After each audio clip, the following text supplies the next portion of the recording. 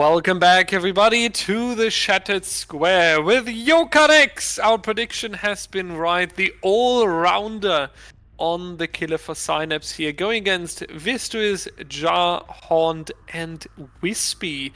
And our win condition is quite good for a spirit. We need either 6 stages on 3 survivors, or we just get 2 eliminations and then at stage number 7. These are the 2 options, but Yoka decides to go through the corrupted area trying to find the first survivor, and that doesn't work so far, so there's a little bit of time loss at the start of the game.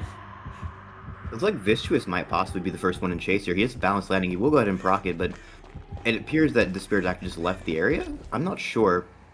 Yeah, she's checking different gens, not on Vistuis. Actually, no, does find his scratch mark, so this will be a chase onto Vistuis in the corrupt area. If he will get attacked for it, makes a pallet. Once again, Borgo Tile is being a little wonky and kind of hard to read visually. Makes it weird to chase on them and kind of bites Vistuis here.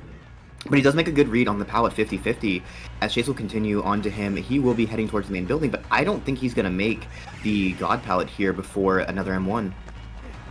Yeah, that's going to be too rough, especially with the ping between these 2 teams, but the ping didn't even come in clutch here. He underestimated how quick Yokard would be able to catch up to him. That's unfortunate because that's going to be the first down in the first hook stage right before the first generator can be completed. However, we do have 2 objectives, 3 objectives with a pretty good progress right here. So X9 not wasting anything, and Yokard not applying the Pop Goes the Weasel here, instead staying around the hook as he knows that Ada is already around here, so X9 might get away with all this generator progress, but I think I just jinxed it.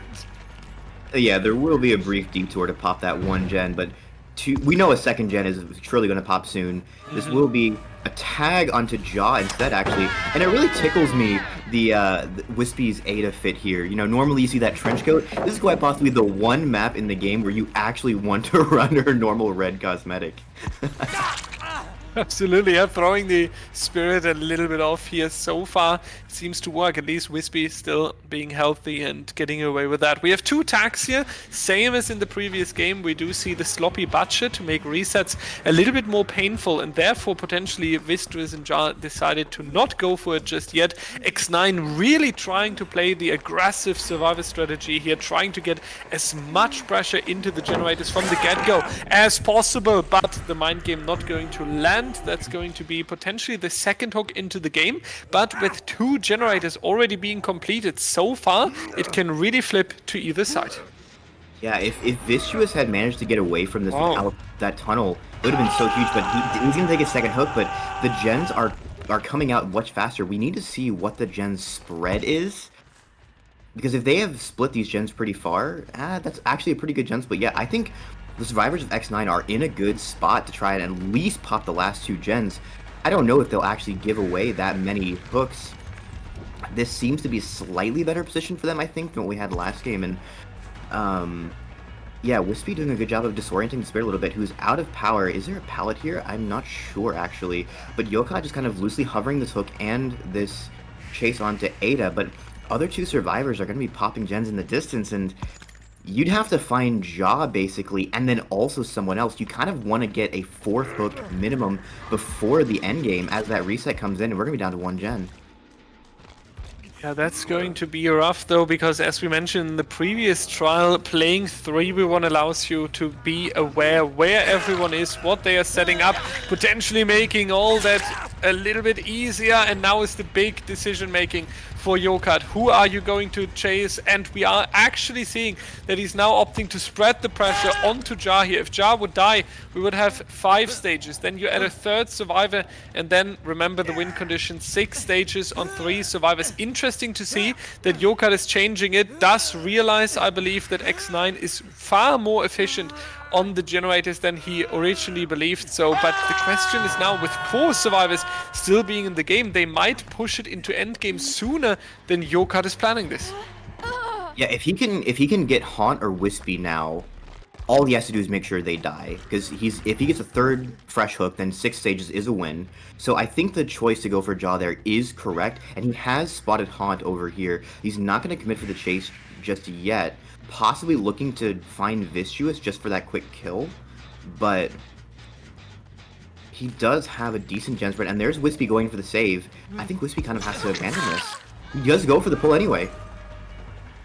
Yeah, Wispy is now rough, because Wispy would be exactly the stages we would need, and it would be across 3 survivors here. But we are going to hunt Jar one more time to have 2 survivors that can be eliminated with the next hook stage. We'll see if that's going to work out, though, because Jar made a very good job here, threw the killer off a little bit, made some distance, and also Yokat now being a little bit worried about the final generator. Not entirely sure why he didn't decide to go for Wispy, maybe expecting that X9 would pull a very nice and coordinated safe and making sure that enough stages are walking out of the door here. We are back on Vistus now, our ace, who is going to make some significant distance here, but ultimately will not be able to go for a little bit longer.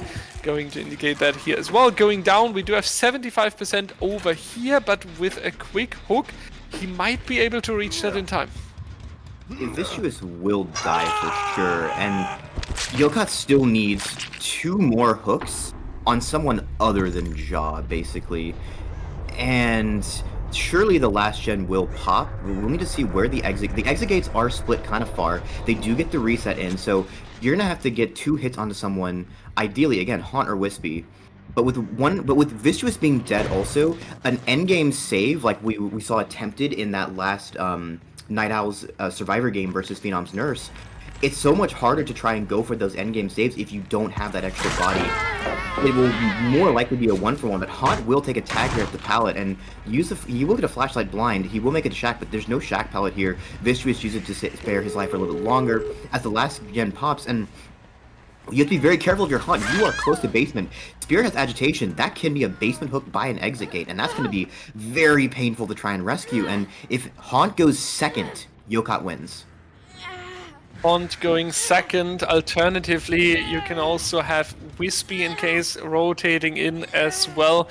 So that's really, really rough now. I mean, even if Jar would come around, you would have hook stage number 6, and then you have 3 survivors. So what they need is kind of what we've seen between Sinners and Night Owls earlier. They will need to go for the rescue, and they will need to all escape here. No one can die. Trading is not possible anymore, and Wispy has already been detected. Makes a circle, runs back into the basement, and the killer, nowhere to be seen, will get the unhook for free. Yokat now just dropping into the basement here. Rescue is coming through. Wispy taking the tag, and now they are all going off towards the exit gate here. Yokat needs a hook stage. I don't think they have the other exit gate ready.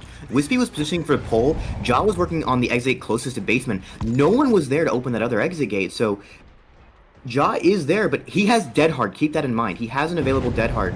That can be the one thing that saves him from Yokat, but a down here is a loss. Yeah, that should be it for Synapse, I think. Once Ja gets hooked. That is really, really rough here. They were really trying, they were executing a really, really good game plan, a lot of efficiency on the generators as well, giving Yokat some struggle, but now with the agitation, Spirit just sprinting towards the win condition, and that's going to be now the hook stage coming in. Ja even awarding 2 more stages here, and also with more fresh hooks, we easily achieve the first set point for Synapse here. What a wonderful Spirit game as an opener. Well done, both teams here. It comes down to just 1 hook stage. The difficult thing now is, though, I think this is quite a rough loss for X9 here, because they wanted to come out with his Spirit. They really wanted to set the tone, and now you stay on the survivor side and you're facing the Blight, where you also have no room for any mistakes. Cole, what do you expect from X9 in the upcoming trial here? I honestly don't know. Like, we were highlighting how much momentum was going to matter in this, you know, and to be so close to clutching that victory and not quite making it. But I don't know. Again, we have only seen 1 Blight set so far. We saw it go very well for the killer. We saw it go very well for the survivors, and I don't know what to expect from either team here on that, because we just haven't seen enough of it. Seems like we have a very open second set here, because I have to agree with you. Either X9 is making a turn, discussing it, setting up, then coming with their aggressive playstyle on the gens again and smashing it in the second set, or Synapse now actually taking over with so much confidence. We will see how it's going to be played out, and we will show you the second set right after a short break.